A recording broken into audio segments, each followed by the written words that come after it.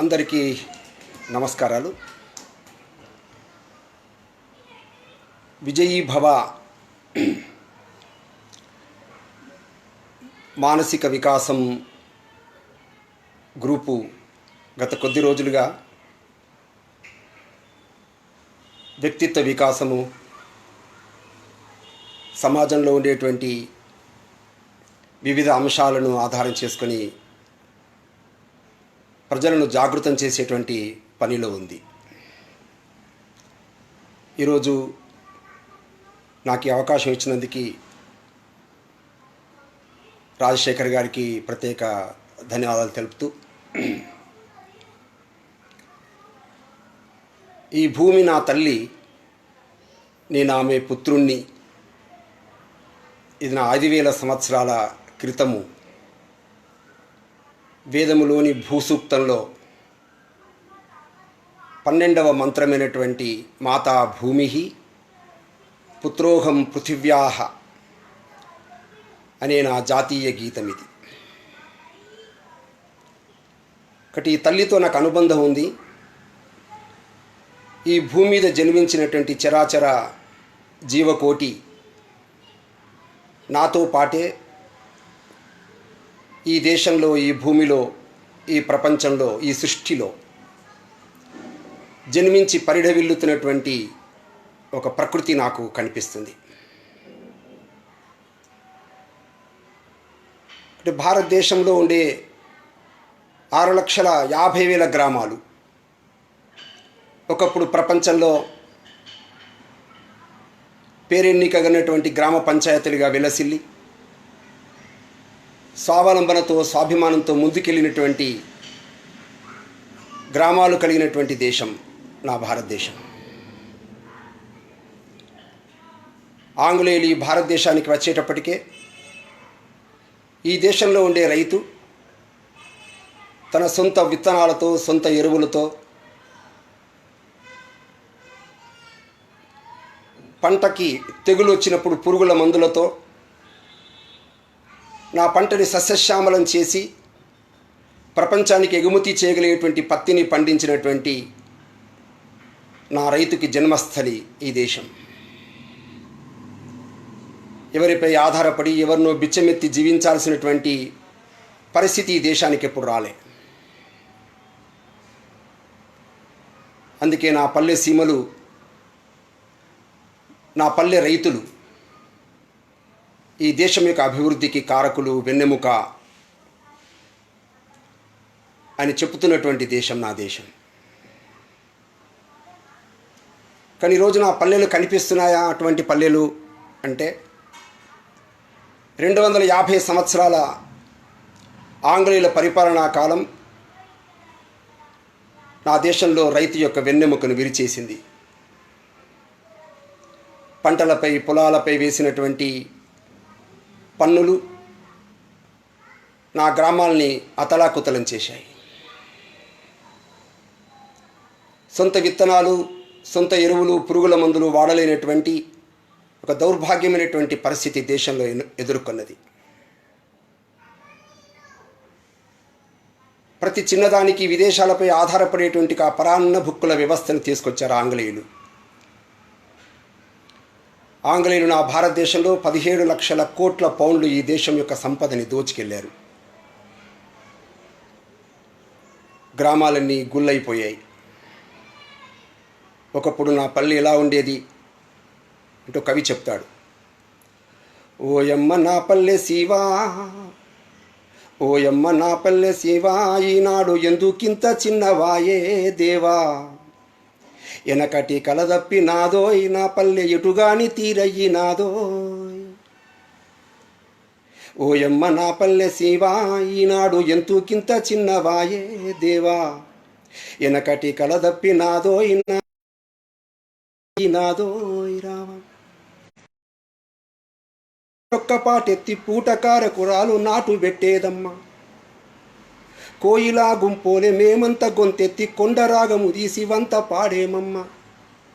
ఒక్క తల్లి పిల్లలోలే సద్దీపివ్వ, మధ్యాహ్నమో పూట ముద్దలు తినేది. గుత్త నాట్ల మీద పుట్టడట్లు తెచ్చి పిల్ల జల్లాతోటి సల్లంగా బతికేది. నాటి కూలి ఏడవాయే నేడొక్క పూట కూలి దొరకదాయే రావా. నాటి కూలి ఏడవాయే నేడొక్క పూట కూలి దొరకదాయే రావా. తక్కువలా కూలి అయిపాయే ఈనాడు దమ్మిడన్నా లేకపాయే సామి. ఓయమ్మ నా పల్లె శివా ఈనాడు ఎందుకింత చిన్నవాయే దేవా. వెనకాటి కలదప్పినాదోయ్ నా పల్లె ఎటుగాని తీరయ్యినాదోయ్ రామా. పిడిక కుండెలతోటి పొయ్యి రాజేసేది ఆముదపు గుడ్లు దీపాలు పెట్టేది. రోటి మీద కుందెనా పెట్టి జొన్నల పన్ను రోకన్లతో పోటు పెట్టేదిరా. ఇసుర్రాయితోటి గడికి సిరిమాయమ్మ కలితో ఆరాబెట్టి తెడ్డుతో కలిపేది. ఎదగొర్రుకు మేము జడ్డిగము బట్టి ఉప్పు దప్ప దినుసులన్నీ పండించేది. కూరాడు కానరాదాయే ఎలిపాయ తొక్కే బంగారమాయే దేవా. కూరాడు కానరాదాయే ఎలిపాయ తొక్కే బంగారమాయే దేవా. ఇసుర్రాయే మూలకాయే మేము దంచిన పండ్లు రేకంలోడవాయే రామ. ఓయమ్మ నా పల్లె సీమా ఎందుకింత చిన్నవాయే దేవా. వెనకటి కలదప్పినాదోయ్ నా పల్లె ఎటుగాని తీరయ్యినాదోయ్ రామా. ఇక్కడ నా దేశం పల్లెలు, ప్రతి చేతికి పని, అట్లా ప్రతి చేతికి ఆదాయం ఇవ్వగలిగేటువంటి పరిస్థితిలో ఉన్నటువంటి నా దేశం ఈరోజు ఎందుకు ఇలా మారింది అని అంటే, ఈరోజు ప్రపంచం ఒక సంధికాలంలో ప్రయాణం చేస్తుంది. అంటే అటు పూర్తి రాత్రి కాదు, ఇటు పూర్తి పగలు కాదు. పగలైనా అన్నీ చూడగలం, రాత్రి ఏమీ చూడలేము. కానీ అటు రాత్రి కాకుండా ఇటు పగలు కాకుండా సగము రాత్రి సగము పగలుతో ఉండేటువంటి సంధ్యా సమయంలో ఈ దేశం, ఈ ప్రపంచం ముందుకు నడుస్తుంది. అందుకే ప్రపంచంలో ఉండేటువంటి అమెరికా మొదలైనటువంటి పాశ్చాత్య దేశాలు, ఆ దేశాల యొక్క ఆర్థిక వ్యవస్థ ఈరోజు మాంద్యం వైపు పరిగెడుతుంది. ముఖ్యంగా ఈ రోజున చైనా నుంచి సంక్రమించినటువంటి ఈ కరోనా వైరస్, దాని కారణంగా ఇవాళ ప్రపంచం అంతా ఆర్థిక మాంద్యంతో విలవిల్లాడిపోతుంది. కానీ ఈ రోజున ప్రపంచంలో ఇప్పటికీ బలంగా విశ్వాసంతో ముందుకెళ్ళగలిగేటువంటి సత్వ బలం కలిగినటువంటి దేశాలు చూస్తే అవి ఆసియా దేశాలు అనేది మనకు అర్థమవుతుంది. ఇక్కడ ఎదగడానికి కావలసినటువంటి అన్ని విషయాలు, అన్ని బలాలు ఈ రోజున మన భారతదేశంలో, మన ఆసియా ఖండంలో దేశాల్లో కనిపిస్తాయి. ఇక్కడ మన చరిత్ర అంటే రాజులు, రాజ్యాలు, యుద్ధాలు మాత్రమే కాదు, రాబోయేటువంటి కాలంలో ఏ నాగరికత ప్రపంచ గతిని నిర్దేశిస్తుందో ఆ నాగరికతే భారత నాగరికత అని ఇవాళ ప్రపంచం వేణువుల్లో కొనియాడుతుంది. ప్రపంచంలో ఒక తత్వవేత్త ఆల్బర్ట్ టైన్బీ, ఆయనే ఒక చోట మాట్లాడుతూ, ఉపన్యాసం ఇస్తూ 300-400 సంవత్సరాల యొక్క ప్రపంచ చరిత్ర చూస్తే ఆ ప్రపంచ చరిత్రలో ఈ రోజున మొదటి అధ్యాయం కనుక లిఖించవలసి వస్తే ఆ మొదటి అధ్యాయం యూరప్ అధ్యాయం. పాశ్చాత్య దేశాల్లో జరిగినటువంటి మానవ వికాస క్రమంలో ఎన్నో రకాలైనటువంటి విజ్ఞాన పరిశోధనలు, ఆవిష్కరణలు ప్రపంచంలో జరిగాయి. ఆ విధంగా మొదటి అధ్యాయం, తర్వాత రెండవ అధ్యాయం, మూడవ అధ్యాయం కొనసాగుతున్నటువంటి ఈ ప్రక్రియలో మానవ జాతి మనుగడకి ప్రమాదం వాటిల్లకుండా, మానవ జాతి మనుగడ వినాశనం వైపు పరిగెత్తకుండా ఉండాలంటే చివరి అధ్యాయం ఎవరిది ఉండాలి అంటే చివరి అధ్యాయం భారతది ఉండాలి అంటాడు ఆర్నాల్డ్ టైన్బీ. 1972 స్టాక్ హోమ్లో, 1992 రియో డిజనీరోలో 127 దేశాలు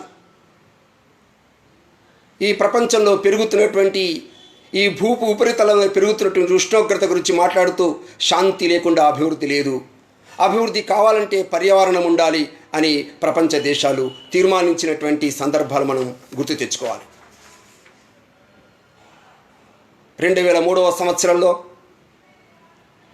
న్యూయార్క్లో భూమి గురించి శిఖరాగ్ర సమావేశం జరిగింది.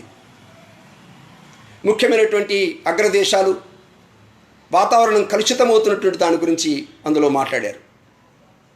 ఆ 4 రోజుల సమావేశంలో చివరి రోజు మన భారత్ నుంచి వెళ్ళినటువంటి డాక్టర్ కరణ్ సింగ్ గారు మాట్లాడారు.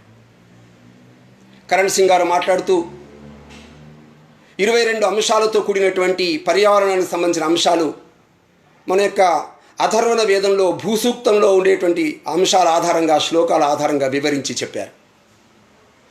మాతా భూమి పుత్రోహం పృథివ్యాహ, ఈ భూమి నా తల్లి, కాబట్టి నేను ఈ భూమి పుత్రుడిని అని చెప్పినప్పుడు, ఈ ప్రపంచమంతా ఒక కుటుంబం, కాబట్టి ఈ కుటుంబం అంతా సుఖంగా వర్ధిల్లాలి, సర్వే భవంతు సుఖినః అనే విషయాలు చెప్తున్నప్పుడు అక్కడ పాల్గొన్నటువంటి మేధావులు, అక్కడ కూర్చున్నటువంటి శాస్త్రవేత్తలు కరణ్ సింగ్ గారితో ఏమన్నారంటే, మీరు 4వ రోజు చెప్తున్నారు, మొదటి రోజే కనుక చెప్పి ఉంటే అసలు ఈ 3 రోజుల యొక్క కార్యక్రమం జరగాల్సిన అవసరమే లేకుండేది. ఆ విధంగా ప్రపంచం సుఖశాంతులతో ఉండాలంటే దానికి సంబంధించినటువంటి ప్రతి అంశము భారతదేశం పేర్కొన్నదనేటువంటి విషయాన్ని మనకు అధర్వణ వేదంలో కనిపిస్తుంది. అధర్వణ వేదం భూసూక్తంలో 12వ ఖండంలో మొదటి సూక్తం 12వ సంబంధించినటువంటి శ్లోకం చెప్తున్నప్పుడు, ఎత్తితే మధ్యం పృథివీ యచ్చేన నభ్యం యాస్త ఊర్జస్తన్వ సంబభూవు తాను నోధే హ్యభినః ఏవస్వ మాతా భూమి పుత్రోహం పృథివ్యా పర్జన్య పితాస ఊన పిపర్తు అంటూ భూసూక్తం చెప్తుంది. అంటే ప్రపంచంలో తల్లిగా అనుబంధం కలిగినటువంటి ఒక మాతృమూర్తిగా, దేవతగా, జగజ్జననిగా, ఆ విధంగా భూమిని కీర్తించేటువంటి దేశాలు ప్రపంచంలో ఏదైనా ఉంటే అది మన భారతదేశం. ఒకటి, భారత్ కేవలం జడ పదార్థమైన మట్టి ముద్ద కాదు, ఇది సజీవంగా చైతన్యంగా కదిలే నా జాతీయ ఆత్మ అంటారు నా పూర్వీకులు. హిమాలయం నా శిరస్సు అయితే కాశ్మీరం నా దేశానికి కిరీటం, పంజాబ్ బెంగాల్ నా యొక్క విశాలమైన భుజాలైతే తూర్పు పడమరలు నా విశాలమైన తొడలు అంటారు నా యొక్క పూర్వీకులు. కన్యాకుమారి నా భూమికి పాదాలైతే అనునిత్యం పాదాలని కడిగే హిందూ సముద్ర జలాలు ప్రవహిస్తున్నటువంటి దృశ్యాన్ని చూపుతారు. ఈ భూమి సువాసనలు వెదజల్లే చందన వృక్షమైతే కీర్తి గాథలతో విరసిల్లే అభినందనల ఫలాలు అందించేటువంటి భూమి నా దేశం. చరాచర జీవకోటికి తర్పణ చేసే భూమి, అర్పణ గావించిన భూమి అని కీర్తిస్తారు. ఈ భూమిలోని రాయిలో రప్పలో కణకణమున శంకరుడే నివసిస్తున్నాడని నా యొక్క ఋషులు కీర్తిస్తారు. ఈ భూమిలో ప్రవహించే ప్రతి చిన్న చిన్న నీటి బొట్టులో పవిత్ర గంగాజలం కనిపిస్తుంది. అందుకే పవిత్ర గంగాజలానికి హారతిస్తాం. మేము జీవిస్తే ఈ భూమి కోసమే జీవిస్తాం, మరణిస్తే ఈ భూమి కోసమే మరణిస్తాం. మరణించిన పిదప గంగానదిలో కొట్టుకుపోయే మా అస్థికల వద్దకు వెళ్ళి చెవులు పెట్టి వింటుంటే ఆ అస్థికల నుండి వినిపించే ఒకే ఒక స్వరం భారత్ మాతాకి జై అనేటువంటి నినాదం వినిపిస్తుంది. అందుకే ఉత్తమ జన్మ మానవ జన్మ, ఆ మానవ జన్మకు సార్థకత పెంచడం కోసం భూమిలో పుట్టినటువంటి ఈ భూమిని ఒక పవిత్రంగా, ఈ భూమిని స్వచ్ఛమైన నీరు, స్వచ్ఛమైన గాలి, ప్రాణవాయువు కలిగినటువంటి ఒక భూమిగా రూపొందించడం కోసం కృషి చేసేటువంటి ఒక భుజస్కంధాల మీద వేసుకున్నటువంటి భారంతో ముందుకు నడుస్తున్నటువంటి భారతీయులం మనమంతా. జన్మల్లోకెల్లా ఉత్తమ జన్మ మానవ జన్మ అంటారు. మానవ జీవితమే గొప్ప జీవితం అనుకుంటారు. కానీ అది తప్పు సుమ. కేవలం మానవ జీవితమే కాదు, ఈ భూమిలో మనతో పాటే జీవించేటువంటి పశువులు, పక్షులు, వృక్షాలు, నదులు, పర్వతాలు ఇవి ఇంకా మనకంటే ఉన్నతంగా ఆనందంగా జీవించగలుగుతాయి. కానీ మనదొక్కటే జీవితం కాదు. ఒకటి, ప్రకృతిపై నీకెంత హక్కు ఉందో వాటికి కూడా హక్కు ఉంది. నీకు జీవించే హక్కు ఎలా ఉందో వాటికి కూడా జీవించే హక్కు ఉంది అని చరాచర సృష్టిలో భగవంతుని దర్శనం చేసుకున్నటువంటి దేశం నా భారతదేశం. ఒకటి, రోజున ప్రపంచంలో ఉండేటువంటి దేశాల యొక్క ఆర్థిక వ్యాపారాలు, రాజకీయ వ్యవస్థలు చూస్తుంటే మనం ఏ దిశలో ప్రయాణం చేస్తున్నాం, ఈ దేశంలో ఉండి ఈ ప్రపంచంలో ఉండేటువంటి ప్రజలందరూ కూడా ఏ శక్తులపైన ఆధారపడి జీవిస్తున్నారు. ప్రపంచంలో ఉవ్వెత్తున వ్యాపారాలు చేసేటువంటి మార్కెట్ యొక్క కంపెనీలు, శక్తుల యొక్క సామాజిక ఒప్పందాలపైన ఆధారపడి మనం ప్రయాణం చేయాలా? అటువంటి అభివృద్ధిని కాంక్షించాలా? లేకపోతే పరస్పరమైన సంబంధాలతో కూడినటువంటి కుటుంబాల ఆధారంగా ఈ దేశంలో ఆర్థికమైనటువంటి శక్తిగా మనం ఎదగాల? ఇది మనని మనం అవలోకన చేసుకోవాల్సిన అవసరం ఉంది ఈ రోజున. ఈ రోజున అమెరికా వంటి పాశ్చాత్య జీవన విధానం, అమెరికాలో ఒక వ్యక్తి ఒక బ్లాక్ షర్టుతో వేసుకుని తిరుగుతుంటే ప్రపంచంలోని చాలా ముఖ్యమైనటువంటి దేశాల్లో కొన్ని నగరాల్లో అవే ధరించి తిరుగుతున్నారు. అమెరికాలో ఫలానా స్టైల్లో జుట్టు కత్తిరించుకొని పెంచి నడుస్తుంటే అదే శైలిలో జుట్టు పెంచుకుని తిరుగుతున్నారు. అమెరికాలో ధరించే ప్యాంట్లకి రంధ్రాలుంటే మన దేశంలో ఆ విధంగా ప్రపంచంలోని ముఖ్యమైనటువంటి నగరాల్లో అదేవిధంగా ఆ ప్యాంట్లకి రంధ్రాలు చేసి మరీ ధరిస్తున్నారు.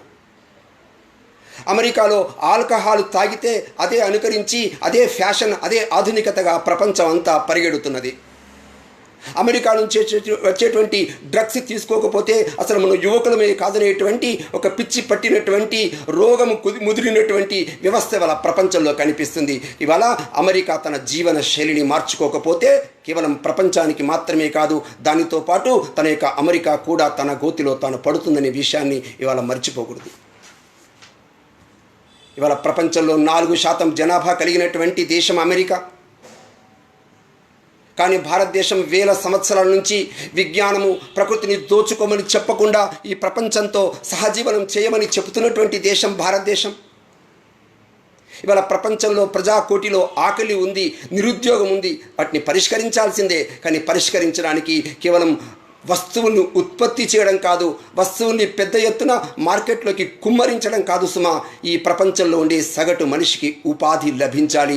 ఆ ఉపాధి లభించే ఆర్థిక కల్పనలు, ఆర్థిక యోజనలు ఇవాళ ప్రపంచం చేయవలసి ఉంది. ప్రపంచంలో ఉండేటువంటి ఈ దేశాల మధ్య వైశిష్ట్యత ఉంది, వైవిధ్యత ఉంది. కొట్టి ప్రపంచంలో ఒక దేశం చూసి ఇంకొక దేశం కాపీ కొట్టి అనుకరించాల్సిన అవసరం లేదు. ఉదాహరణకి మనం చూసుకున్నట్టయితే ఇవాళ అమెరికాలో 28,000 మంది రైతులు ఉన్నారు, 30 కోట్ల జనాభా ఉంది.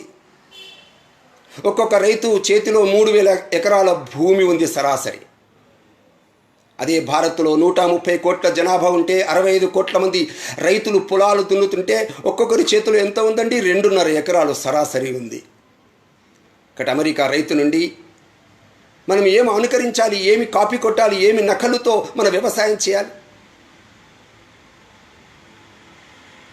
శీతోష్ణ స్థితి వేరువేరుగా ఉంది. ఇవాళ ఈ భూమి మీద ఆర్కిటిక్, అంటార్కిటిక్ అనేటువంటి ప్రాంతాలు ఉన్నాయి. అక్కడ 6 నెలలు పగలుంటుంది, 6 నెలలు రాత్రి ఉంటుంది. యూరోప్లోనైతే రాత్రి 10:30 గంటల వరకు సూర్యుడు సూర్యుడు కనిపిస్తాడు 10:30 గంటలకి కూడా. కానీ భారత్లో సూర్య గమనం వేరుంటుంది. అందుకే ఇక్కడ పంచాంగం ఏర్పడింది. సూర్యుడు వచ్చాడన్నటువంటి స్పృహతో ఉదయం లేస్తుంటాం. సూర్యుడు వచ్చాడన్నటువంటి స్ఫూర్తితోనే ముందు లేచి మన కాలకృత్యాలు తీర్చుకొని ఆ విధంగా మనిషి ప్రయాణం చేస్తాడు ఈ దేశంలో. ప్రపంచంలో జీవకోటిలో వైవిధ్యం ఉంది. వృక్షాల్లోనే 2 లక్షల రకాల వృక్షాలున్నాయి. మొక్కల్లోనే 2 లక్షల రకాల మొక్కలున్నాయి. ఆ విధంగా ప్రపంచంలో ఉండేటువంటి ఈ 2 లక్షల రకాల యొక్క వాటిలో సుమారుగా 60,000 రకాలు కేవలం భారత్లోనే ఉన్నాయి. 80,000 రకాల జంతువులు, పక్షులు, కీటకాలు ఆ విధంగా ప్రపంచంలో ఉంటే ప్రపంచంలోని యొక్క జంతుజాలంలో 16% మన యొక్క భూమిలో ఉన్నాయి. కాబట్టి భారతదేశం 2% భూమి ఉన్న ఆ విధంగా 14% జీవరాశులతో విలసిల్లుతున్నటువంటి దేశం మన యొక్క భారతదేశం.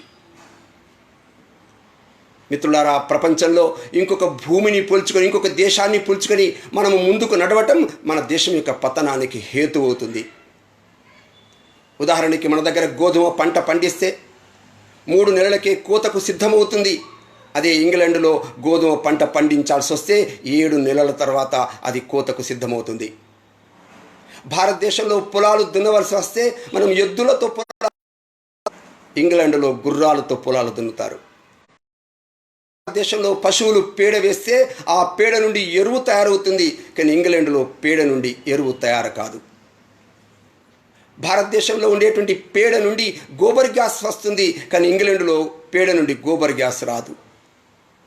అందుకే ప్రపంచంలో ఒక విలక్షణం కలిగినటువంటి భారతదేశం, ప్రపంచంలో ఉండేటువంటి అన్ని శీతోష్ణ స్థితులు భారతదేశంలో మనకు కనిపిస్తాయి. అందుకే ఇంకొక దేశాన్ని ఆ విధంగా పోల్చుకొని ఇంకొక దేశాన్ని నకలు కొట్టి అనుకరించేటువంటి స్థితిలో భారతదేశం తన యొక్క పతనాన్ని ఊహించుకోవాల్సిందే. ఇంగ్లాండ్లో, అదే మాదిరిగా ఫిన్లాండ్లో, అలాగే నార్వే దేశంలో వాళ్ళ చర్మాలు తేలికగా పగుళ్ళు వస్తాయి. ఆ పగుళ్ళు పోవడానికి వాళ్ళు రసాయనాలు పూస్తారు. మన దగ్గర పగుళ్ళు వస్తాయి, కానీ పగుళ్ళు అప్పుడప్పుడు వస్తాయి. ఆ వచ్చినటువంటి పగుళ్ళకి కూడా మనం పసుపు పూసినా, లేకుంటే వేపకు సంబంధించినటువంటి ఆయుర్వేదం సంబంధించినటువంటి ఏవి పూసినా అవన్నీ ఆ పగుళ్ళు తొలగిపోతాయి. అందుకే మన యొక్క దగ్గర వేప, తులసి, పసుపు లాంటి మూలిక మందులు మన భారతదేశంలో మనం తయారు చేసుకుంటాం. అందుకే ప్రపంచంలో నా దేశం విశిష్టత కలిగినటువంటి దేశం.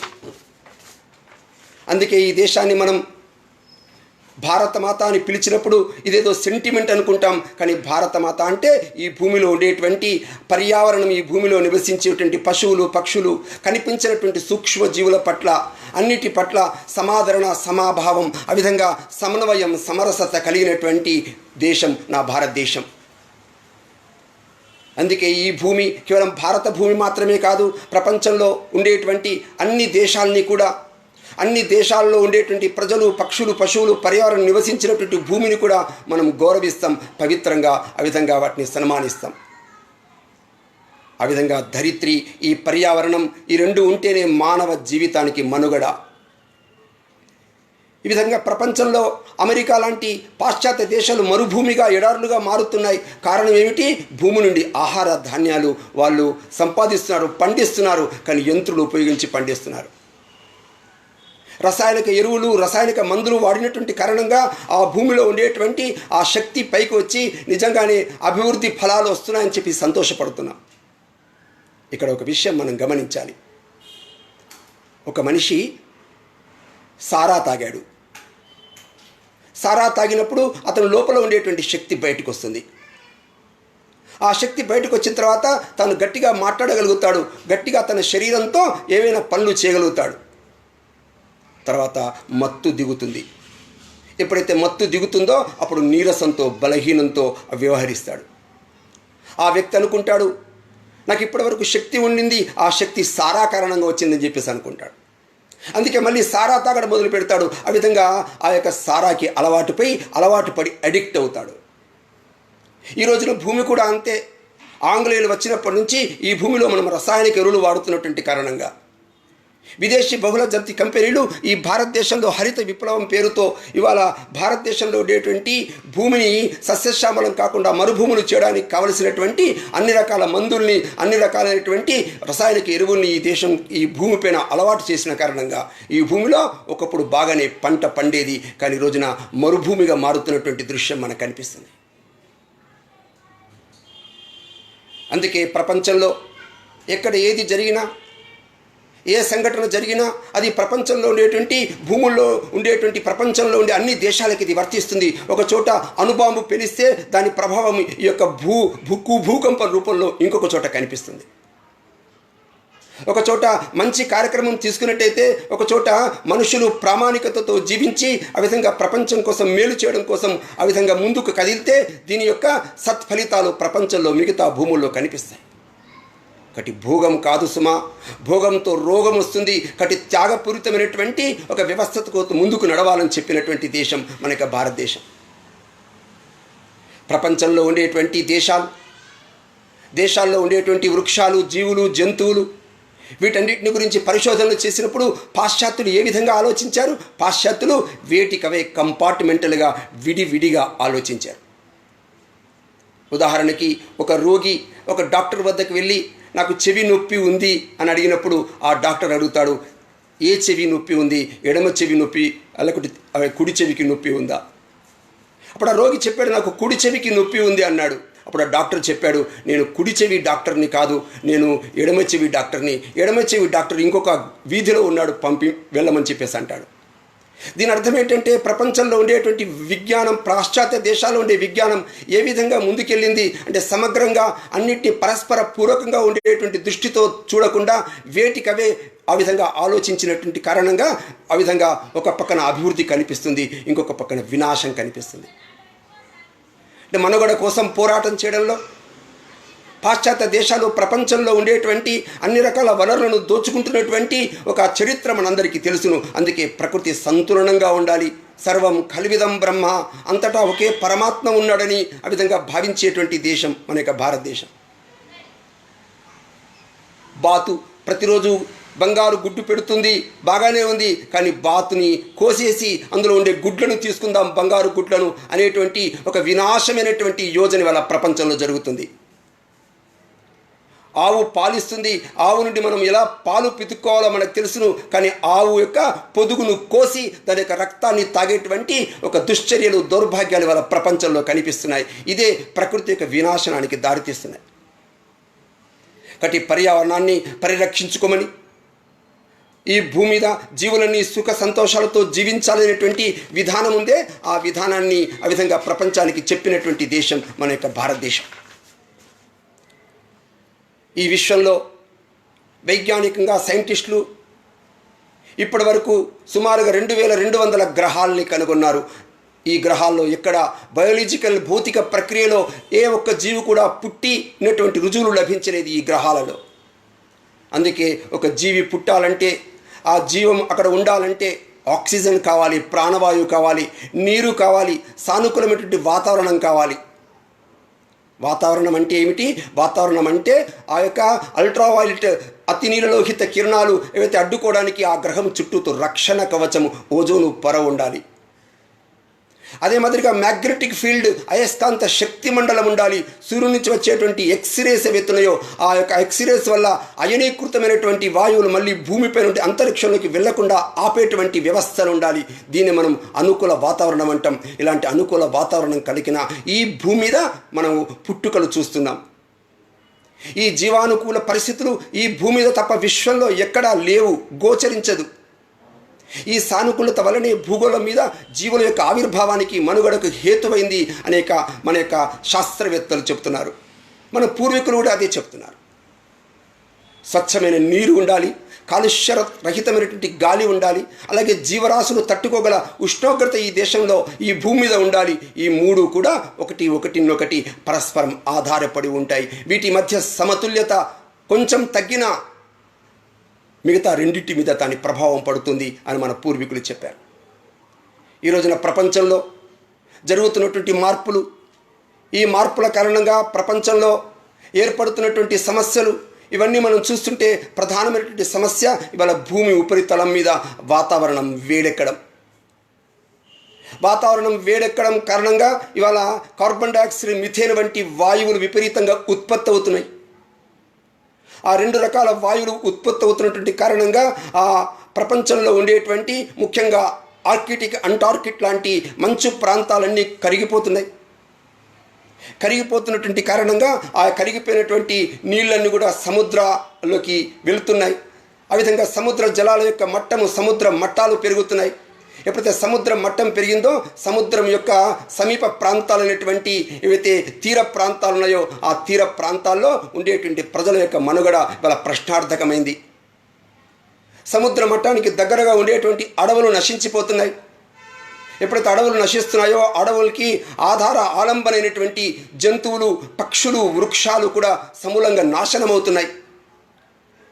ఆ విధంగా ఒక చోట ఒక సంఘటన జరిగిన ప్రపంచంలో ఏ ఒక్కరూ కూడా వినాశనం వైపు తమ యొక్క ప్రణాళికలను రూపొందించిన దాని ప్రభావం ప్రపంచమంతా ఉంటుందనేటువంటి ఒక దానికి ఉదాహరణగా మనం ఇవాళ గ్లోబల్ వార్మింగ్, ఈ విధంగా భూమి ఉపరితలం యొక్క వాతావరణం వేడెక్కడం అనేటువంటిది ఇవాళ ఒక సమస్యగా మనకు కనిపిస్తుంది.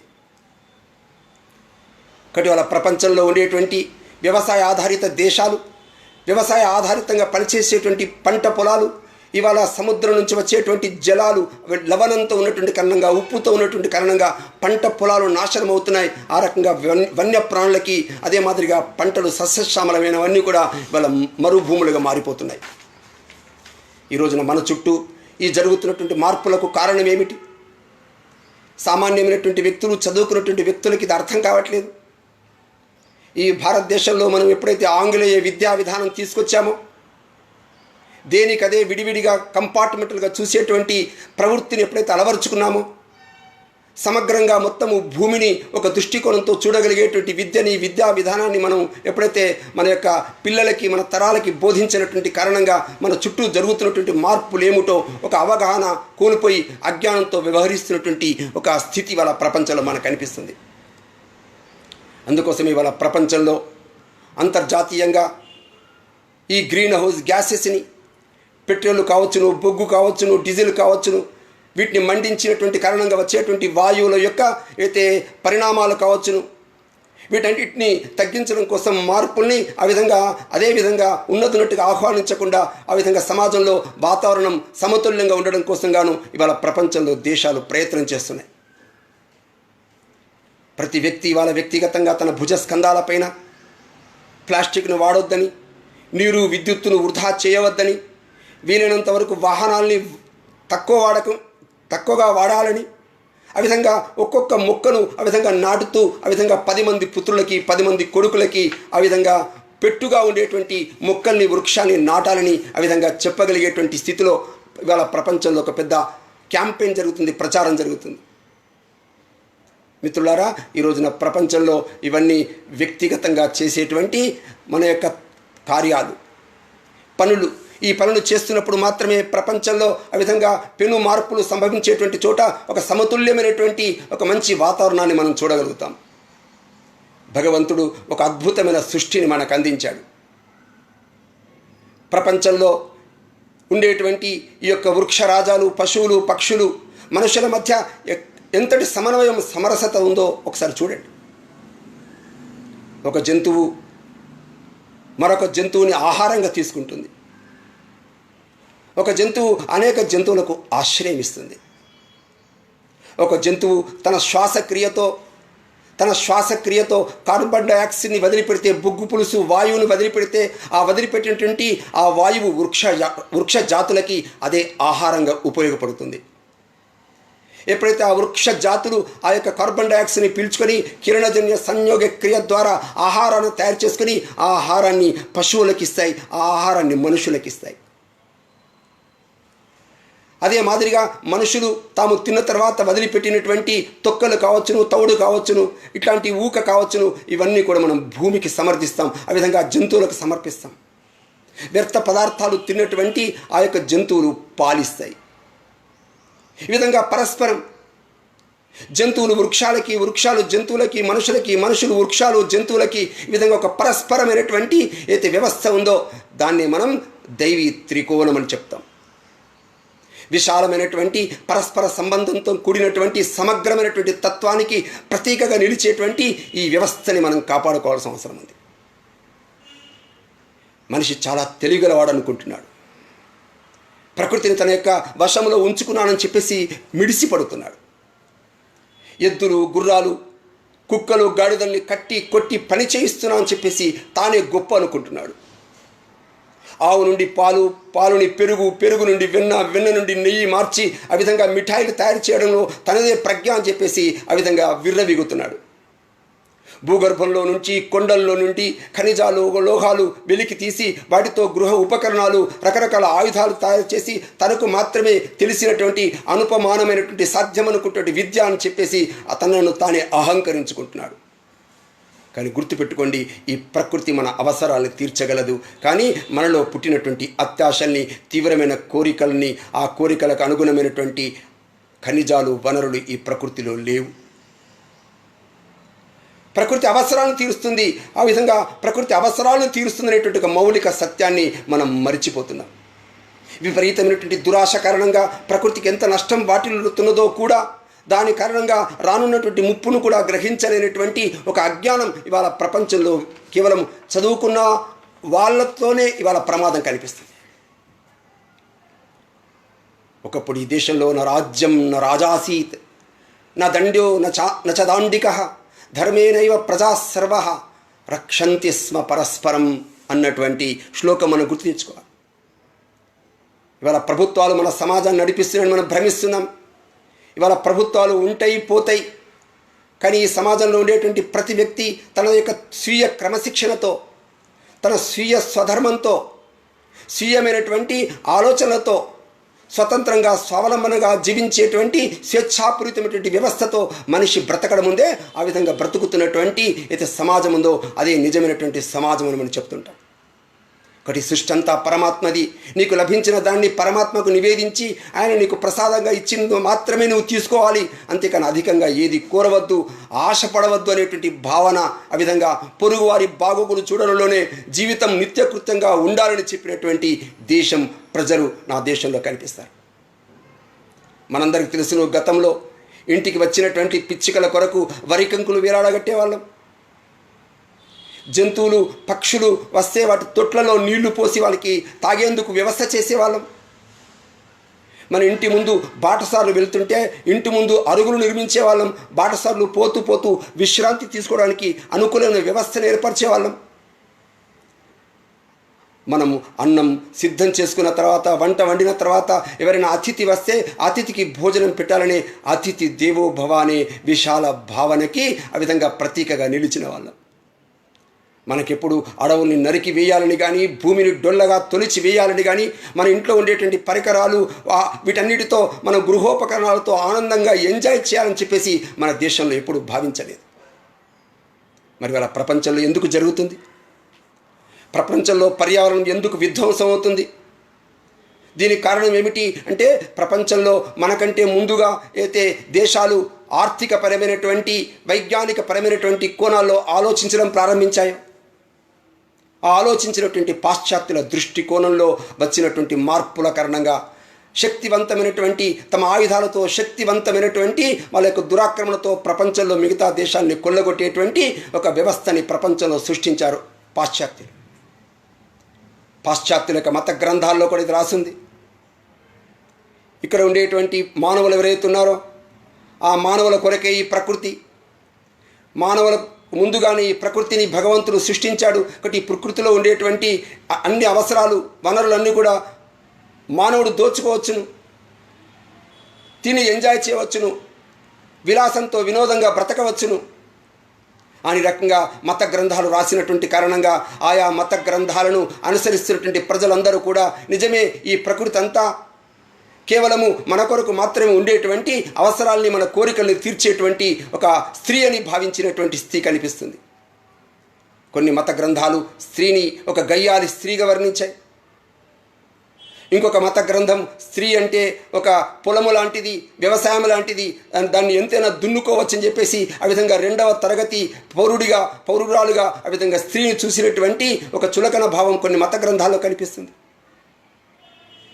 మిత్రమా, ఇవాళ ప్రపంచంలో మనం ఒకప్పుడు బానిసత్వంలో ఉంటున్నటువంటి సమయంలో 400-500 సంవత్సరాల చరిత్ర అధ్యయంలో ప్రపంచంలో వైజ్ఞానికంగా ముందుకెళ్లినటువంటి పాశ్చాత్య దేశాల యొక్క దృష్టికోణం ఉందే, ఆ దృష్టికోణం ఇవాళ ప్రపంచంలో పెను మార్పుల్ని తీసుకురావడానికి ఆస్కారం ఏర్పడింది.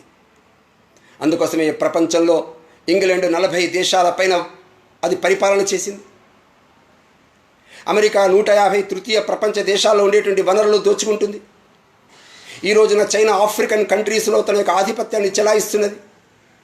ఇవన్నీ ఏమి సూచిస్తున్నాయి అంటే, దోచుకోవడం మా యొక్క హక్కు, ఈ ప్రకృతి అంతా మా కొరకే పరచబడి ఉంది కాబట్టి వీటి ఎట్లైనా దోచుకోవాలనేటువంటి భావన ఉందే, ఈ భావనకి ఆ విధంగా నాంది ఉందో ఆ నాంది కారణంగానే వాళ్ళ ప్రపంచంలో దాడులు, దండయాత్రలు జరిగాయి ఇప్పటివరకు.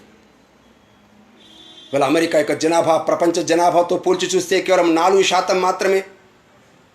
కానీ ఆ 4%కి కావలసినటువంటి వనరులు కూడా అమెరికాలో లేవు. కానీ అంతకంటే ఎక్కువగా 40% వనరులు, ప్రపంచంలో ఉండేటువంటి వనరులన్నీ కూడా ఆ విధంగా దోచుకుంటుంది అమెరికా. ఒక అమెరికానే 40 లక్షల మంది బానిసలుగా ఆ విధంగా అరబ్ దేశాల్లో కూడా మనుషుల్ని బానిసలుగా చేసుకుని కర్ర ఉన్నవాడిదే బర్రె అన్నట్టుగా, బలం ఉన్నవాడిదే రాజ్యం అన్నట్టుగా పెత్తనం చేసి ప్రపంచం పైన ఆధిపత్యం చేసి విర్రవీగినటువంటి పాశ్చాత్య దేశాల ఆలోచన ఇవాళ ప్రపంచంలో చాలా ప్రభుత్వాలు, దేశాలు అనుకరిస్తున్నాయి. ఈ రకంగా ప్రపంచంలో అమెరికా, ఇంగ్లాండ్, ఫ్రాన్స్, జర్మనీ సాంకేతిక పరిజ్ఞానం పేరుతో ఇవాళ వాయు కాలుష్యం, జల కాలుష్యం, ధ్వని కాలుష్యం వీటన్నిటి సమస్యలకి కారణభూతమయ్యాయి. ఈ రోజున ప్రపంచంలో వదిలిపెడుతున్నటువంటి కర్బన ఉద్గారాలు, బొగ్గు పులుసు వాయువులతో ఈ భూమిపైన ఉష్ణోగ్రత పెరిగి, మంచు కొండలు కరిగి, సముద్ర మట్టం పెరిగి, జనావాసాలు మునిగిపోయేటువంటి ఒక దుర్భర పరిస్థితిని ఇవాళ తెచ్చిపెట్టే. మనం గుర్తుపెట్టుకోవాలి, ఇవాళ ఆర్కిటిక్, అంటార్కిటిక్ ఖండాల్లో నివసించేటువంటి జీవులు, ముఖ్యంగా పెంగ్విన్ పక్షులు, అవి మంచుగడ్డ ఉన్నటువంటి చోటనే సంతానాన్ని ఉత్పత్తి చేస్తాయి. ఆ మంచుగడ్డలు ఉన్నటువంటి చోటనే పుట్టినటువంటి పీతలని ఆహారంగా భుజిస్తాయి. అక్కడే సీల్ లాంటి చేపలు కొన్ని రోజుల వరకు, కొన్ని నెలల వరకు ఆ యొక్క మంచు గడ్డల కింద కేవలం శ్వాస పీల్చుకొని బ్రతుకుతాయి. అట్లాంటి సీలు చేపలు, పెంగ్విన్ పక్షులు ఇవాళ వాటి యొక్క సంతానాన్ని ఉత్పత్తి చేయలేకపోతున్నాయి. సంతానాన్ని ఉత్పత్తి చేసినప్పటికీ సరిగ్గా అవయవాలు రూపొందకుండా ఆ విధంగా సంతానం అంతా నష్టపోతున్నది, వాటి యొక్క దుష్పరిణామాలు ఎదుర్కొంటున్నది. ఇవాళ ప్రపంచంలో విజ్ఞాన దృష్టి, ఆధ్యాత్మిక దృష్టి, ఆర్థిక దృష్టి, సామాజిక దృష్టి ఇవన్నీ కూడా దేశ స్వాతంత్రాన్ని, సౌభాగ్యాన్ని నిలుపుకునేటువంటి దృష్టితో, ఏ దృష్టితో చూసినా భూమి పట్ల, ప్రకృతి పట్ల ఒక ఆరాధన భావం ఉండాలనేటువంటి ఆలోచన ఇవాళ ప్రపంచంలో శూన్యంగా ఉంది. అందుకే ప్రపంచంలో ఈరోజున కనిపిస్తున్నటువంటి ఏవైతే దృశ్యాలు ఉన్నాయో, సంఘటనలు ఉన్నాయో, వీటన్నిటిని చూసినప్పుడు ఇవాళ ప్రపంచంలో మనం మేలు చేయగలిగేటువంటి వ్యక్తులుగా ఇవాళ ప్రపంచ ప్రజలందరూ ముందుకు అడుగు వేయాల్సిన అవసరం ఉంది. ఈరోజు తుఫాన్లు, సునామీల కారణంగా జలప్రళయం వస్తుందనేటువంటి మనం అనుకుంటున్నాం. కానీ జలప్రళయం కంటే ఇవాళ సముద్ర మట్టం పెరగడం వల్ల జరిగేటువంటి విధ్వంసం చాలా భయంకరంగా ఉంటుంది. ఇదంతా భవిష్యత్తు గురించి కాదు సుమా. ఈ రోజున ప్రపంచంలో మనం వర్తమానం గురించి ఆలోచించాలి. సముద్రం మట్టం పెరిగినటువంటి కారణంగా సముద్ర తీర ప్రాంతాలైనటువంటి సింగపూరు, టోక్యో, ఉత్తర ఐరోపాలో నెదర్లాండ్స్, జర్మనీలో ఉండేటువంటి హాంబర్గ్, డెన్మార్క్ దేశం, వెన్నీస్ నగరం, Hong Kong, Beijing, Shanghai, Kolkata, New York వంటి నగరాలు, అదే మాదిరిగా మన యొక్క భారతదేశంలో 1076 కిలోమీటర్లు తీర ప్రాంతం ఉన్నటువంటి తమిళనాడు ప్రాంతం, చెన్నై, కాంచీపురం, తిరువల్లూరు, అక్కడ నివసించేటువంటి 1,25,000 మంది వాళ్ళ జాలర్లు నష్టపోతున్నారు. సముద్ర తీర ప్రాంతాల్లో నివసించేటువంటి ప్రజలు, ఆ దీవులు ఇవాళ సుమారుగా 130 కోట్ల మంది ప్రజలు అక్కడ మనుగడ కోల్పోయి మిగతా దేశాలకి వలసపోయేటువంటి పరిస్థితి ఏర్పడింది. సముద్రం మట్టం పెరిగి ఒకవేళ వరదలు వచ్చినట్టయితే భారత్, బంగ్లాదేశ్ మధ్యలో ఉండేటువంటి 1,40,000 హెక్టార్ల మేర విస్తరించి ఉన్నటువంటి సుందర్బన్ అడవులు కనబడకుండా పోతాయి. ఆ సుందర్బన్ అడవుల్లో నివసించేటువంటి కొండ చిరువలు, బెంగాల్ టైగర్లు, డాల్ఫిన్, చేపలు, మొసళ్ళకి ప్రసిద్ధమైనటువంటి ఆ యొక్క ప్రాంతం అంతా కనుమరుగై అడవులకు కోతకు గురవుతాయి. పసిఫిక్ సముద్రంలో ఉండేటువంటి స్వతంత్ర దేశమైనటువంటి కిరిబాటి అనేటువంటి ఒక 33 పగడపు దీవుల సమూహం ఉన్నటువంటి చోట భూ ఉపరితల ఉష్ణోగ్రత కారణంగా అగ్రదేశాలు పరిశ్రమల్లో నుంచి వ్యర్థ పదార్థాలని పారవేసేటువంటి ఒక డంపింగ్ యార్డ్గా ఇవాళ ఆ 33 పగడపు దీవుల సమూహం నెలకొన్నది. ప్రజలు రోగాన బారిన పడుతున్నారు. పారిశ్రామిక దేశాలు ఈ దేశాన్ని, ఈ దీవుల్ని చంపేస్తున్నాయి. 1000 కన్నా ఎక్కువ దీవుల సముదాయం ఉన్నటువంటి మాల్దీవులు సముద్రంతో అనుబంధం పెంచుకొని, సముద్రంతో సంబంధాలు కలిగి అక్కడ ఉన్నటువంటి ప్రజలందరూ ఆనందంగా ఉండేటువంటి ఆ పరిసర ప్రాంతాల్లో, ఆ తీర ప్రాంతాల్లో ఇవాళ సముద్రమే శత్రువైంది. గ్లోబల్ వార్మింగ్ వల్ల వచ్చేటువంటి ఉపద్రవాల ఇవాళ నుండి కాపాడే బాధ్యత ఇవాళ ప్రపంచంలో ముఖ్యమైనటువంటి బాధ్యత ఎవరిపైన ఉంది? ఇవాళ అగ్రదేశాలపైన ఉంది, పాశ్చాత్య దేశాలపైన. సముద్ర జలాలు ఇవాళ వ్యాకోచిస్తున్నాయి, వేడెక్కుతున్నాయి. శిలాజ ఇంధనాల వాడకాల వల్ల ఇవాళ ఉత్పన్నమైనటువంటి కార్బన్ డైఆక్సైడ్ 30% సాగర జలాల్లో కలుస్తున్నాయి. ప్రపంచవ్యాప్తంగా పెరుగుతున్నటువంటి ప్లాస్టిక్ ఇవాళ 80 లక్షల టన్నులు సముద్రంలో కలుస్తున్నది. ఒక చేప పొట్టలో 13 మీటర్ల పొడవు ఉన్నటువంటి చేపల వల దొరికిందిట. మరొక చేప పొట్టలో కార్ల సీట్లు కనిపించాయి.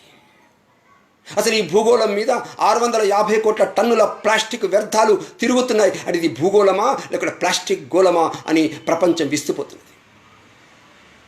అదే మాదిరిగా ఎవరెస్ట్ పర్వతాలపైన ఎక్కుతున్నటువంటి పర్వతారోహకుల కారణంగా 50 సంవత్సరాల నుంచి ఇప్పటి వరకు 4,000 మంది ఎవరైతే పర్వతారోహకులు ఎక్కారో వాళ్ళ కారణంగా ఇవాళ 45,000 కిలోల వ్యర్థ పదార్థాలు ఇవాళ ఎవరెస్ట్ శిఖరం మీద కనబడుతున్నాయి. ప్రతి ఏటా ఆ యొక్క ఎవరెస్ట్ పర్వతాల నుంచి, ఎవరెస్ట్ శిఖరం నుంచి సుమారుగా 3,65 లక్షల టన్నుల మురికి నీరు పక్కన ఉండేటువంటి లాసా నదిలో కలుస్తున్నది. ఆ లాసా నదికి పరివాహ ప్రాంతంలో నివసించేటువంటి జంతువు యొక్క, వృక్షాల యొక్క మనుగడ ప్రశ్నార్థకంగా నిలబడుతున్నది. ఇవాళ అణ్వాయుధాల పేరుతో రష్యా తన యొక్క దేశంలో ధార్మికమైనటువంటి వ్యర్థాలన్నింటినీ కూడా ఆ రష్యాలో ఉండేటువంటి కర్బాయ్ అనేటువంటి సరస్సులో వదిలిపెట్టినటువంటి కారణంగా ఆ కర్బాయిను ఆనుకునేటువంటి మొత్తం పరిసర ప్రాంతాలన్నీ ఇవాళ 1 గంట సేపు ఆ యొక్క సరస్సు దగ్గర నిలబడితే మనిషి చనిపోయేటువంటి స్థితిలో ఇవాళ వ్యర్థ పదార్థాన్ని అందులో కుమ్మరిస్తున్నారు.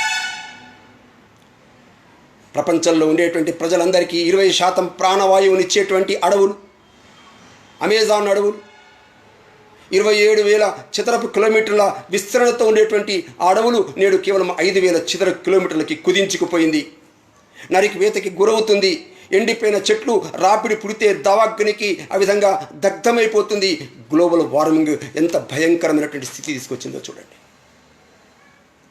ఇవాళ ప్రపంచంలో ఉండేటువంటి ప్రతి మనిషి ఆధునికత పేరుతో, ఫ్యాషన్ పేరుతో ప్రపంచంలో పాశ్చాత్య దేశాలు, అమెరికా లాంటి, జర్మనీ లాంటి పాశ్చాత్య దేశాలు అనుసరిస్తున్నటువంటి, వాటిని అనుకరిస్తున్నటువంటి కారణంగా ఇవాళ ఎన్నో మూగ జీవులు నశిస్తున్నాయి.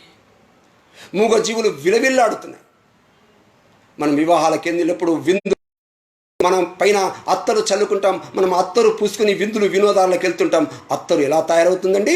అత్తరు బిజ్జు అనేటువంటి జంతువుని బెత్తాలతో, కర్రలతో కొట్టి కొట్టి అది బాధలతో గిలగిలలాడుతుంటే ఆ గిలగిలలాడుతున్నటువంటి ఆ యొక్క శరీరం పైన గాయాల్ని మాపడం కోసం, గాయాల్ని మాన్చుకోవడం కోసం ఆ యొక్క బిజ్జు శరీరం నుంచి ఒక మృదువైన పదార్థము ఆ యొక్క సహజ పద్ధతిలో స్రవిస్తుంది. ఆ స్రవించేటువంటి ఆ పదార్థాన్ని చాకుతో గీసి దాని సెంట్లలో కలుపుతారు.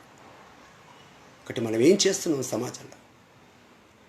మీ ఇళ్లలో అలంకరించడం కోసం, మీరు ఎంజాయ్ చేయడం కోసం, విలాస వస్తుజాలాన్ని తయారు చేసుకోవడం కోసం ఏనుగులను చంపుతున్నాం. ఇప్పటివరకు ఈ ప్రపంచంలో 60 లక్షలకు పైగా ఏనుగుల్ని చంపేసి ఏనుగుల దంతాల్ని సేకరించి ఇళ్లలో అలంకరించుకుంటున్నాం. మహారాష్ట్రలో ఉండేటువంటి ఠానే జిల్లాలో వ్యవసాయ భూముల్లో పంటలకి తెగులు వస్తే ఆ తెగుళ్ళలో ఆ యొక్క క్రిమి కీటకాదుల్ని తిని ఆ విధంగా సమతుల్యత చేయగలిగేటువంటి కప్పలు, అట్లాంటి కప్పల్ని లేకుండా చేసి ఆ కప్పల్ని కోసి ఆ కప్పల కాళ్ళని అమెరికాకి పంపిస్తున్నాం, విదేశాలకు ఎగుమతి చేస్తున్నాం. దాని కారణంగా పంట తెగులు, ఆ విధంగా క్రిమి కీటకాలు వచ్చినప్పుడు ఎప్పుడైతే కప్పలు లేని స్థితి ఉందో ఆ సమయంలో పంట దిగుబడి తగ్గిపోతున్న దృశ్యం కనిపిస్తుంది. చాలా సంవత్సరాల క్రితం చైనాలో గోధుమ పంట పండించినప్పుడు లక్షల పిచ్చుకలు వచ్చి గోధుమ గింజల్ని తింటున్నాయి. చైనా ప్రభుత్వం ప్రకటించింది, దేశంలో ఉండేటువంటి చైనా పౌరులందరూ కూడా ఈ యొక్క లక్షల పిచ్చుకల్ని చంపేసేయాలి, పిచ్చుకల్ని చంపేస్తే బహుమానం ఇస్తాం, చివరికి తినడానికి కూడా ఆ పక్షుల్ని ఇస్తాం, ఆ పిచ్చుకల్ని ఇస్తాం ప్రకటించారు. ఎందుకు ఆ పిచ్చుకల్ని చంపమన్నారు? అది గోధుమ పంటని తింటుంది. ఏమంటే ఒక పిచ్చుక 1 గింజ, 2 గింజలు, 3 గింజలు తింటుంది. కానీ ఏమైపోయింది? చైనా ప్రజలు లక్షల పిచ్చుకల్ని చంపివేసిన కారణంగా ఇవాళ పంటను సంఖ్య పెరిగి ఇవాళ ఆ పిచ్చుకలు తినాల్సినటువంటి క్రిమి కీటకాదులు, ఆ క్రిముల సంఖ్య పెరిగి విజృంభించి ఇవాళ పంట ధ్వంసమైపోయింది. దీనివల్ల గ్రేట్ చైనా ఫెమైన్ కరువుకు గురైంది. 20 మిలియన్ల ప్రజలు ఆకలితో అల్లలాడి చచ్చిపోయినటువంటి సంఘటన చైనా చరిత్రలో కనిపిస్తుంది. మిత్రులారా, మన యొక్క అలవాట్లు విలాసం పేరుతో, స్వార్థం పేరుతో, మితిమీరినటువంటి అహంకారం పేరుతో పాములు, కప్పలు, తేళ్ళు, పిచ్చుకలు, పావురాలు, కోతులు, కుక్కలు, చివరికి గబ్బిలాలను కూడా చైనా వాళ్ళు భోజనానికి ఏది కాదేది అనర్హమని ఆ విధంగా ప్రజలంతా ఎగబడి తినడం కారణంగా ఆహారపు అలవాట్లే ఈరోజు ప్రపంచవ్యాప్తంగా 2 లక్షలకు పైగా కరోనా వైరస్ పేరుతో ప్రబలి వాళ్ళ లక్షల మందిని బలి తీసుకున్నారు. చైనాలో ప్రతి సంవత్సరానికి 3,000 మంది ఖైదీల్ని కాల్చేస్తున్నారు. కాల్చివేసినప్పుడు, తుపాకీతో కాల్చినప్పుడు అతను గుండె కొట్టుకుంటున్నప్పుడే, చనిపోకముందే గుండె కొట్టుకుంటున్నప్పుడే చర్మాన్ని ఒలిచి అందులో ఉండేటువంటి కొవ్వు తీసి ఆ కొవ్వులో ఉండే కొలాజిన్ అనే పదార్థాన్ని వేరు చేసి కాస్మెటిక్స్, సౌందర్య సాధనాల్లో కలిపి ఇవాళ ప్రపంచంలో అన్ని మార్కెట్లలో డంపింగ్ చేస్తున్నారు. చాలా సంవత్సరాల క్రితం ఇంగ్లాండులో పశువుల మాంసం ఇప్పటికీ తింటారు, ఆవుల మాంసం తింటారు. అయితే ఆవు మాంసం ఇంకా పెరగాలనే దృష్టితోని ఆవులు సహజంగానే దానా తింటాయి, గడ్డి తింటాయి. కానీ ఆవులకి గడ్డి పెట్టడం, దానా పెట్టడం మానేసి ఆవుకి మాంసం పెట్టడం ప్రారంభించారు. ఎప్పుడైతే ఆవు మాంసం తినడం ప్రారంభమైందో ఆవులో కొత్త రకమైన వ్యాధి సంక్రమించింది. ఆవులు తిన్నటువంటి చైనా వాళ్ళకి వ్యాధులు, మెదడు వ్యాధులు వచ్చాయి. దాని కారణంగా 13 లక్షలకు పైగా ఆవుల్ని చంపివేశారు, పిచ్చి ఆవుల కింద లెక్కపెట్టి. మిత్రులారా, ఏం జరుగుతుంది సమాజంలో? ఈ భూమి మనకు ఆధారంగా, ఈ ధరిత్రిని తల్లిగా భావించినటువంటి అధర్వణం చెప్పినటువంటి జాతీయ గీతాన్ని మనం ఒక్కసారి మనందరం పునఃసమీక్షించుకోవాలి. ఈ విశ్వంలో ప్రతి జీవికి, జంతువుకి బ్రతికే హక్కుందనేటువంటి విషయాన్ని గ్రహించాలి. పరోపకారాయ ఫలంతి వృక్షాః, పరోపకారాయ వహంతి నద్యః, పరోపకారాయ దుహంతి గావః, పరోపకారార్థమిదం శరీరం. ఏమండి, ఫలాలు ఇస్తాయి, ఇస్తాయి, నదులు నీరిస్తాయి. మరి మనం పరోపకారం కొరకు ఏమివ్వాలి? మనం ఆత్మావలోకనం చేసుకోవాలి. మన పూర్వీకులు ఈ భూమిని తల్లిగా భావించి ఈ యొక్క తల్లికి సంతానమైనటువంటి అన్ని చరాచర జీవులన్నిటిలో కూడా ఆ విధంగా తల్లిని చూడగలిగేటువంటి ఒక మంచి వేదాంతాన్ని, మంచి ధర్మాన్ని, మంచి ఆశయాల్ని మనకు అందించారు. గంగని, గోదావరిని, కృష్ణని మనము తల్లిగా భావిస్తాం, ఆరాధిస్తాం. రావి చెట్టు, మర్రి చెట్టు, వేప చెట్టు, తులసి చెట్టు, దాంతోపాటు జమ్మి చెట్టు, అత్తి చెట్టు, తుమ్మ చెట్టు, ఈ రకంగా ఆక్సిజన్ ఇచ్చేటువంటి చెట్లని పెంచుకుంటుంటాం. ఇవాళ సేంద్రీయ వ్యవసాయం పట్ల అవగాహన ఒకప్పుడు ఉండేది. అవగాహన కోల్పోయిన తర్వాత ఈ రోజున ప్రపంచంలో పాశ్చాత్య దేశాలు నెమ్మదిగా రసాయనిక ఎరువుల్ని వాడటం మానేసి సేంద్రీయ వ్యవసాయంతో పంటలు పండించి ఆ సేంద్రీయమైనటువంటి ఆహారంతో ఇవాళ హోటళ్ళు అవి ప్రారంభించాయి. కాబట్టి మనకు అత్యాశ, దురాశల నుంచి నియంత్రించుకొని, ప్రకృతి శోషణం తగ్గించుకొని, కాలుష్యాన్ని తగ్గించి, ప్లాస్టిక్ వాడకాన్ని తగ్గించి, ఆ విధంగా చెట్లని ఆ విధంగా పెంచగలిగితే రాబోయే తరాలకి బ్రతికేటువంటి అవకాశం ఉంటుంది. రిఫ్రిజిరేటర్లు, ఏసీల యొక్క వాడకం తగ్గించి, ఫిల్టర్ నీరు వాడకం తగ్గించి, మన భూ సంపదని కాపాడుకోవడం, జల సంపదని కాపాడుకోవడం, వన సంపదని కాపాడుకోవడం, జంతు జాలాల యొక్క సంపదని కాపాడుకోవడం, గో సంపదని కాపాడుకోవడం, దాంతోపాటు మన యొక్క జనములో ఉండే ప్రజల్లో సంస్కారాలను నింపడం, వ్యక్తుల్ని మంచి వాళ్ళగా నిర్మాణం చేయడం. మన పిల్లలకి సరైన విద్యా విధానం బోధించకపోతే, ఆలోచనలు కలిగించకపోతే, ఈ సమాజంలో ఉండేటువంటి ప్రకృతి పట్ల, సృష్టి యొక్క సౌందర్యం పట్ల అవగాహన కనుక కల్పించకపోతే వారు నరకాసులు తయారవుతారు, రావణాసులు తయారవుతారు, కంసులు తయారవుతారు ఈ దేశంలో, ఈ ప్రపంచంలో. అందుకే నరకాసులు, రావణాదులు, కంసులు తయారు కాకుండా మనిషి సమగ్రంగా ఆలోచించి ఆ విధంగా వసుధైక కుటుంబకం, సర్వే సుఖిర సంతు సర్వే సంతు నిరామయ అనేటువంటి పద్ధతిలో మనము లబ్ధి పొందుతూ ఇతరులకి లబ్ధిని పొందించేటువంటి సుఖశాంతులతో ఉండగలిగేటువంటి వ్యవస్థను మనం తయారు చేయాలి. ఈ రోజున ఈ సృష్టి ప్రపంచంలో, విశ్వంలో 2200 గ్రహాలు ఉన్నాయి. మీరు ఎప్పుడైనా చూసారా? 2200 గ్రహాల్లో ఏ గ్రహమైనా ఒకదాన్నొకటి ఢీకొని ప్రళయం సృష్టించినటువంటి సంఘటన మీరు విన్నారా? ప్రపంచంలో ఉండేటువంటి 2200 గ్రహాలన్నీ కూడా ఒకదానికొకటి సమన్వయంతో, సమరసతతో జీవిని కాపాడుతున్నాయి. ఇవాళ ఈ భూమి మీద నివసించేటువంటి మనం ప్రజలమంతా ఈ యొక్క గ్రహాల కారణంగా మనం వాయువుల్ని పొందుతున్నాం, ప్రాణవాయువుని పొందుతున్నాం. భూమాత కారణంగా మన ఆకలి తీర్చుకుంటున్నాం. అందుకే మనము ఏది పొందుతున్నామో అది మనం తిరిగి ఇవ్వాలి. 100 చేతులతో సంపాదిస్తున్నాం, 1000 చేతులతో మళ్ళీ ఈ ప్రకృతికి అందచేయాలి. అప్పుడు మాత్రమే ఈ ప్రకృతి శాశ్వతంగా వెలుగునిస్తుంది. సూర్యుడు వెలుగుల కిరణాలిస్తే వాయువు ప్రాణం పోస్తోంది. పొలాల పంటలతో భూమాత ఆకలి తీరుస్తూ ఉంది. తోటి ప్రజలకు తోడుందాం, మానవత్వము చాటిద్దాం. అందరి కోసం అన్నీ ఇచ్చిన దేశం కోసం పనిచేద్దాం. దారిన పోయే జనులందరికీ చెట్లు నీడనే ఇస్తాయి. వికసించే నవ పుష్పాలన్నీ సువాసనలు అందిస్తాయి. త్యాగమూర్తులను స్మరిద్దాం, ఆదర్శంగా జీవిద్దాం. అందరి కోసం అన్నీ ఇచ్చిన దేశం కోసం పనిచేద్దాం. దేశం మనకేమిచ్చిందంటూ వట్టి మాటలు కట్టేద్దాం. ఒకటి సృష్టిని, ఈ భూమిని సమగ్రంగా చూసి ముందుకు తీసుకుపోవడంలో ప్రధాన పాత్ర భారతీయులదని మనం గమనిద్దాం. వినాశనం వైపా, వికాసం వైపా? పర్యావరణం యొక్క వికాసాన్ని కాంక్షిస్తున్నామా, పర్యావరణం యొక్క విధ్వంసాన్ని కాంక్షిస్తున్నామా? ఇది వాళ్ళ అందరూ కూడా ఒకరినొకరు ఆత్మావలం చేసుకొని ఈ భూమి మీద నివసించేటువంటి ప్రజలందరూ కూడా మనుగడ సాధించాలంటే మానవ మనుగడ కోసం ఈ రోజున ప్రపంచంలో సత్యము, ధర్మము పునఃప్రతిష్ఠాపించాలి. రాజకీయ పార్టీల మీద, రాజకీయ సిద్ధాంతాల మీద, రాజకీయ వ్యవస్థలపైన ఆధారపడి కాదండి.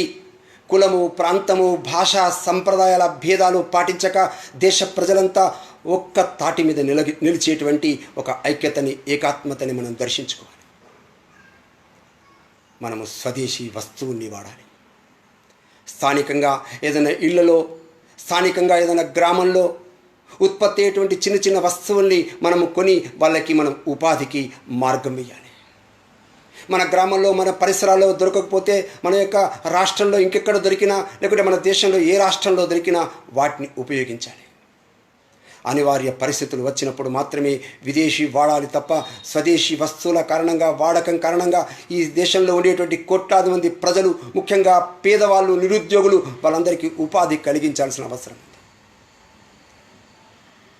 తక్కువ మార్గంలో త్వరగా ధనవంతులం కావాలనేటువంటి మోహంతో, అవినీతితో సమాజంలో ఉండేటువంటి ప్రజల్ని పీడించుకు తినేటువంటి రాజకీయ వ్యవస్థలు, అధికార వ్యవస్థలు, ప్రభుత్వ యంత్రాంగాలు, ఆ విధంగా పారిశ్రామిక సంపన్నమైనటువంటి అహంకారపూరితమైనటువంటి ఎవరైతే వ్యక్తులు వీళ్ళ కనబడుతున్నారో దానికి భిన్నంగా వాళ్ళ సమాజంలో మనం చేసే పని ప్రశస్తంగా చేయాలి, మంచిగా చేయాలి, నైపుణ్యంతో చేయాలి, స్వచ్ఛతతో చేయాలి, పరిశుభ్రతతో చేయాలి. అప్పుడు చేసినప్పుడు మాత్రమే మనకి ఆత్మవిశ్వాసం ఉంటుంది.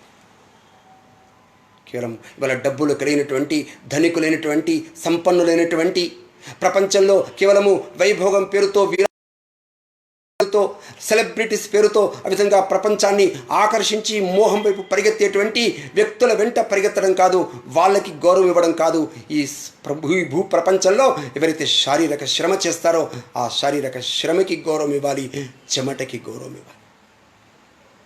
చిన్న కులము, పెద్ద కులం అనేటువంటి భేద భావాలు ఉంటే మన యొక్క దేశంలో కొన్ని వందల సంవత్సరాలుగా ఉండవచ్చు. కానీ వాటన్నిటిని నిర్మూలించి ఒక సంస్కరణ దిశలో సమాజం అంతా ఒకటిగా ముందుకెళ్ళగలిగేటువంటి మంచి వారికి సత్కారం చేయాలి. ఇలా చేయకపోతే మనం నేరగాళ్ళని ముందు పెట్టి, నేరగాళ్ళ నాయకత్వంలో వాళ్ళకి కాళ్ళకు, వాళ్ళ యొక్క అడుగులకు మడుగులెత్తేటువంటి భావదాస్యాన్ని మనం పెంపొందించుకుంటాం. ఒకటి యాంత్రికత, భౌతికవాదం, భోగలాలసత కాదు సుమా. త్యాగ భావన పేరుతో సమస్త ప్రాణికోటి యొక్క అవసరాలు తీర్చగలిగేటువంటి ఈ భూమికి చల్లదనం కావాలి. ఈ చల్లదనం కేవలము ఉపన్యాసాలతో, తీర్మానాలతో రాదండి. ఈ చల్లదనం, పర్యావరణం యొక్క పచ్చదనం ఎక్కడి నుంచి వస్తుంది? ఈ భూమి పట్ల అత్యంత శ్రద్ధ కలిగి, ఈ భూమి కోసం అర్పణ సమర్పణ చేయగలిగేటువంటి, ఆ విధంగా విశ్వాసం కలిగినటువంటి ఒక సంకల్పిత ఇచ్ఛాశక్తి కలిగినప్పుడు మాత్రమే మనం ఈ భూమికి న్యాయం చేయగలుగుతాం. అందుకే భూమి మట్టి ముద్ద కాదని అయితే మనం చెప్తున్నామో అది మళ్ళొక్కసారి అందరం గుర్తు తెచ్చుకోవాల్సిన అవసరం. మిత్రులారా, కాబట్టి ఈరోజు దేశంలో మనం ప్రపంచ పరిస్థితిని గమనించినప్పుడు ఈ జడ పదార్థమైనటువంటి మట్టి ముద్ద కాదు అనేటువంటి ఒక చిన్న దాని విషయాన్ని చెప్పి నేను ముగిస్తాను. భారత్ కేవలం జడ పదార్థమైన మట్టి ముద్ద కాదు. ఇది సజీవంగా, చైతన్యంగా కదిలేన జాతీయ ఆత్మ. హిమాలయం దీని సరస్సు, కాశ్మీరం దీని కిరీటం. పంజాబ్, బెంగాల్ విశాలమైన నా భుజాలైతే తూర్పు పడమరలు దీని విశాలమైన తొడలు. కన్యాకుమారి ఈ భూమికి పాదాలైతే అనునిత్యం ఆ పాదాలని కడిగే హిందూ సముద్ర జలాలు. ఈ భూమి సువాసనలు వెదజల్లే చందన వృక్షమైతే కీర్తి గాథలతో విరసిల్లే అభినందనల ఫలాలు ఆ వృక్షానికి. చరాచర జీవకోటి కోసం తర్పణ చేసే భూమి, చరాచర జీవికోటి కోసం అర్పణ గావించే భూమి ఈ భూమి. ఈ భూమిలోని రాయిలో, రప్పలో, కణకణమున భగవంతుడే కనిపిస్తాడు. కంకర్ కంకరమే శంకరే అంటుంటాం. ఈ భూమిలో ప్రవహించే ప్రతి చుక్క చుక్క నీటి బొట్లో పవిత్ర గంగాజలం మనకు కనిపిస్తుంది. మేము జీవిస్తే ఈ భూమి కోసమే జీవిస్తాం, మరణిస్తే ఈ భూమి కోసమే మరణిస్తాం. మరణించిన పిదప గంగా నదిలో కొట్టుకుపోయే మా అస్థికల వద్దకు వెళ్ళి మా అస్థికల వద్ద చెవులు పెట్టి వింటే మా అస్థికల నుండి వినిపించే ఒకే ఒక స్వరం, భారత్ మాతాకి జై, భారత్ మాతాకి జై.